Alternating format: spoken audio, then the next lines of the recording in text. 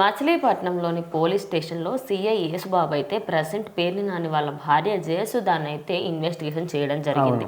అసలు ఆ ఇన్వెస్టిగేషన్లో ఏం తేలింది, ఏమన్నా నిజాలు బయటకు వచ్చాయా అనేది ఇప్పుడు క్లారిటీ అంటే అక్కడ వాళ్ళు అడిగిన క్వశ్చన్స్కి అయితే జయసుధ గారు ఏం ఆన్సర్లు చెప్పారనే విషయం మాత్రం ఇంతవరకు అయితే బయటకు రాదు. ఎందుకంటే ఒక విచారణ అనేది చాలా సీక్రెట్గా జరుగుతుంది. వాళ్ళు ఏం చెప్పారని తర్వాత వాళ్ళకి సంబంధించిన వాళ్ళైనా లేకపోతే వాళ్ళైనా బయటకు వచ్చి చెప్పే తప్ప అసలు వాళ్ళు ఏం చెప్పారు, ఏం క్వశ్చన్ అడిగారు ఇంతవరకు అయితే మనకు తెలియదు.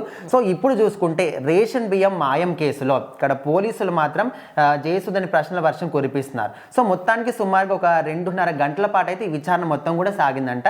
సో ముఖ్యంగా చూసుకుంటే జయసుధ పేర్ని నాని వాళ్ళ భార్య జయసుధ A1గా ఉన్నారు ఈ కేసులో, A6గా పేర్ని నాని ఉన్నారు. So A2, A3, A4, A5 వీళ్ళందరినీ కూడా ఆల్రెడీ పోలీసులు అరెస్ట్ చేశారు, రిమాండ్ కూడా పంపించారు. సో వీళ్ళిద్దరిని ఎందుకు అరెస్ట్ చేయలేదంటే ఖచ్చితంగా ప్రాపర్టీస్ అన్ని కూడా వీళ్ళే, గోడౌన్స్ వీళ్ళే కాబట్టి సో వీళ్ళని ఖచ్చితంగా విచారణ జరిపించాల్సిందే. సో వీళ్ళని అడిగిన తర్వాత ఏం నిజాలు బయటకు వస్తాయి, సో అప్పుడు వీళ్ళ పట్ల వీళ్ళని అరెస్ట్ చేయాలా లేకపోతే నెక్స్ట్ స్టెప్ ఏంటి, లేకపోతే వీళ్ళు చెప్పిన ఆధారాల ప్రకారం ఇంకా ఎవరినైనా ఏమైనా చేయాలా. సో మొత్తానికైతే ఈ రేషన్ బియ్యం మాయం కేసులో వాళ్ళు మొత్తం ఇన్ఫర్మేషన్ లాగడానికి పోలీసులు అయితే ట్రై చేస్తున్నారు అనమాట. నాకు నిజంగా చెప్పాలి అంటే ఇన్ని రోజుల పాటు ఈ రేషన్ బియ్యం మాయం కేసులో చాలా బయటకు వచ్చాయి, కానీ ఇప్పుడు మాత్రం మొన్నటి వరకు మనం ఏమి విన్నాం, తను బయటకు వచ్చేసింది, ఇంకే రేషన్ బియ్యం మాయం కేసులో జయసుధకు అసలు సంబంధమే లేదు అన్నారు.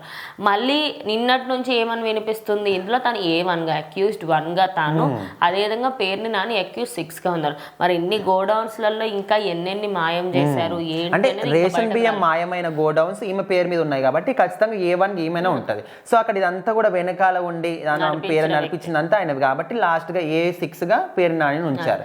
ఇంకా మరి అక్కడ సీఐ యేసుబాబు మాత్రం ఆయన కంటిన్యూస్గా ఒక 2.5 hours వరకు అసలు ఈ బియ్యం వెళ్తుందని మీకు తెలుసా తెలియదా, మీ పేరు మీదనే ఉంది మరి మీరు అన్ని చూసుకుంటున్నారా లేదా, ఇలాంటి క్వశ్చన్స్ ఇంకా ఎన్నో అడగడం జరిగింది. అదే కాకుండా ఎవరైతే A2, A3, A4, A5 వాళ్ళు ఉన్నారో వాళ్ళందరూ ఏవైతే ఆధారాలు చెప్పారో, ఏవేవైతే పాయింట్స్ చెప్పారో వాటిపైనే తినని ఇన్వెస్టిగేషన్ చేయడం జరిగింది. వాళ్ళు చెప్పిన ఇన్ఫర్మేషన్ ఈమె చెప్తుంది కరెక్టా కాదా, సో ఈ మ్యాచ్ చేయడానికి పోలీసులు అయితే ట్రై చేస్తున్నారు.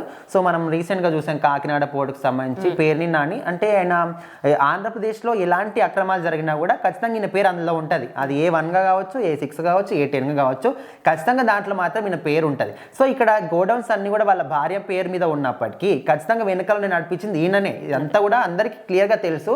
కాకపోతే A1గా తనుంది కాబట్టి తనని విచారించడం తప్పదు. సో మొత్తానికి పోలీసులు అయితే దాదాపుగా 2.5 గంటల పాటు అయితే విచారణ చేశారంటే సో మరి అసలు ఆమె ఏమి ఆన్సర్లు చెప్పింది, సో దీని వెనకాల అసలు నిజాలు ఏంటి, సో ఇదంతా కూడా తెలియాలంటే ఇంకా కొన్ని టైం పడుతుంది. బట్ పేర్ని నాని మాత్రం చాలా ట్రై చేస్తున్నాడు బయటకు రావడానికి, కానీ 1, 2, 5, 6 గోడౌన్లలో మాయమైన బియ్యం, అది కూడా రేషన్ బియ్యం, గవర్నమెంట్ నుంచి వచ్చిన బియ్యం కాబట్టి ఈసారి కూటమి ప్రభుత్వం చాలా అంటే చాలా గట్టిగా ట్రై చేస్తుంది ఆయనను జైలుకి పంపించడం. చూద్దాం మరి ఎవరిది పరిస్థితి ఎలా ఉంటుంది ఏంటనేది.